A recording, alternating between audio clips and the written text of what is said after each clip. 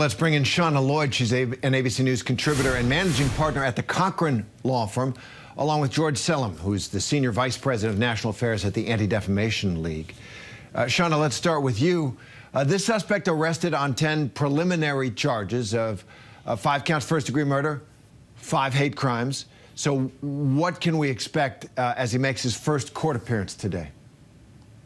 They're going to explain to him what he was arrested on, those charges. They are also going to have bond consideration hearing, which, likely with a crime of this magnitude, with this significance, he's most likely going to be held with no bond. So we're going to hear that information from the judge today.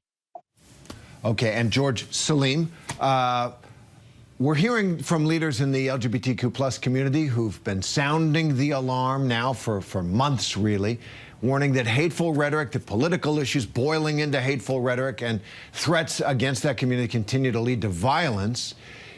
Do you think, looking at the evidence at this point, this what happened here, or is this just American madness and mayhem and an AR-15 in the hands of somebody who's breaking down?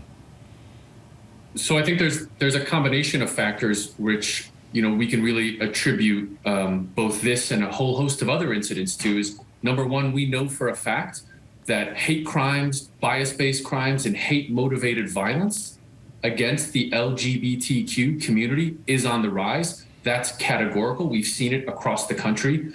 ADL works in very close concert with a range of LGBTQ organizations, the Matthew Shepard Foundation, GLAAD, and a whole host of others.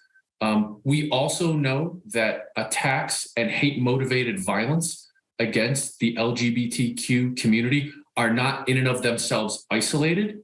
Over the course of the past 5 to 7 years, we've seen a significant increase in hate-motivated violence against the Jewish community, against immigrant, Latino, African-American, and other communities across the board. And so, unfortunately, what we saw unfold in Colorado Springs is just another example of the hate-motivated violence that has been plaguing communities that are targeted by these incidents for the past 5+ years. Ideas have consequences, words have consequences, and we are seeing them in our country. Channa, I do want to ask about something that has emerged, which is, according to court documents, this suspect identifies as non-binary, which an identity that is considered part of the LGBTQ community.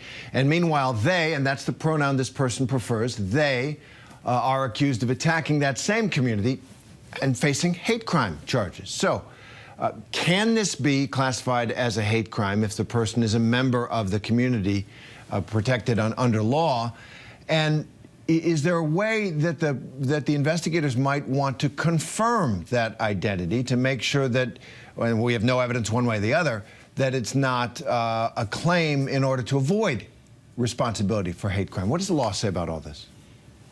Well, the law says that even if you are a protected member of a certain class, you can still commit what they call a bias crime or a hate crime, more commonly known. Because the measure for what it would take to convict for a bias motivated or a hate crime is that you intended to harm someone based on a protected class, sexual orientation, age, I apologize, things of that nature. So when you do those things, because of those reasons, and you commit the crime, that is what qualifies as a bias-motivated crime. All right, so they will move forward with those charges. The evidence could affect how that comes out. Long way to go in this tragic case. Channa LLoyd and George Selim from the Anti-Defamation League, thanks very much.